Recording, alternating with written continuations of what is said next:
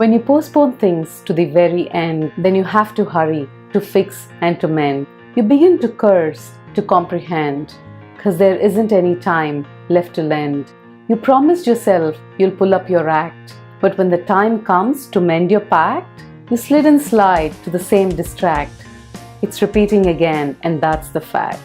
You're in this endless zone of procrastination, my friend. It's like a disease that can long extend. Unless you take control of yourself and mend, here are a few things that I'd recommend.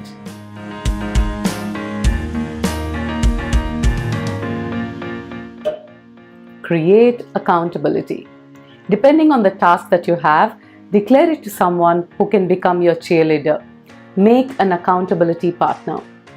I've created accountability for my video creation by declaring it on my channel. If you check out my channel, you will see that there is a new video coming out every Thursday.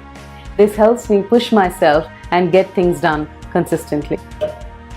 Choose the smallest task first. Of all the things that you have to do in a day, identify which are the ones that can get done quickly. For example, you have to do the laundry, but you want to check out the Facebook account.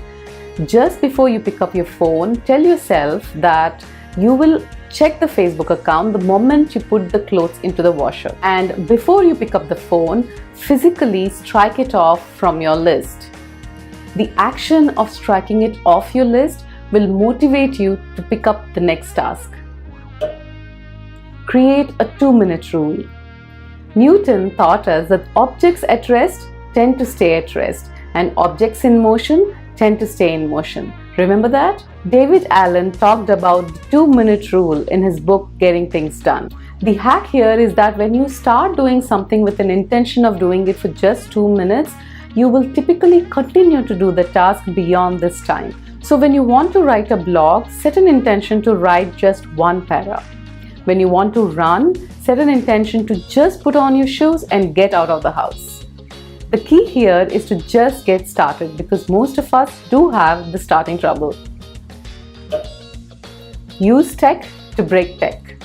If you're procrastinating due to tech addiction, then use the same technology to break your tech addiction.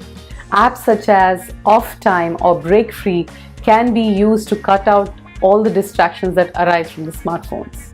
Alternatively, you can also use apps such as Focus Keeper that can help you maintain focus on any single task.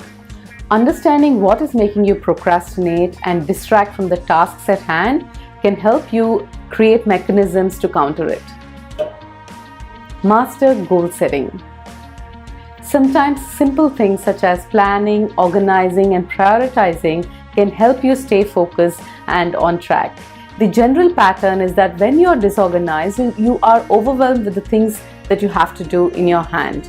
This helps develop perfectionism mentality, and when you are unable to meet your own standards, that's when you begin to doubt your capabilities. Self-doubt creeps in.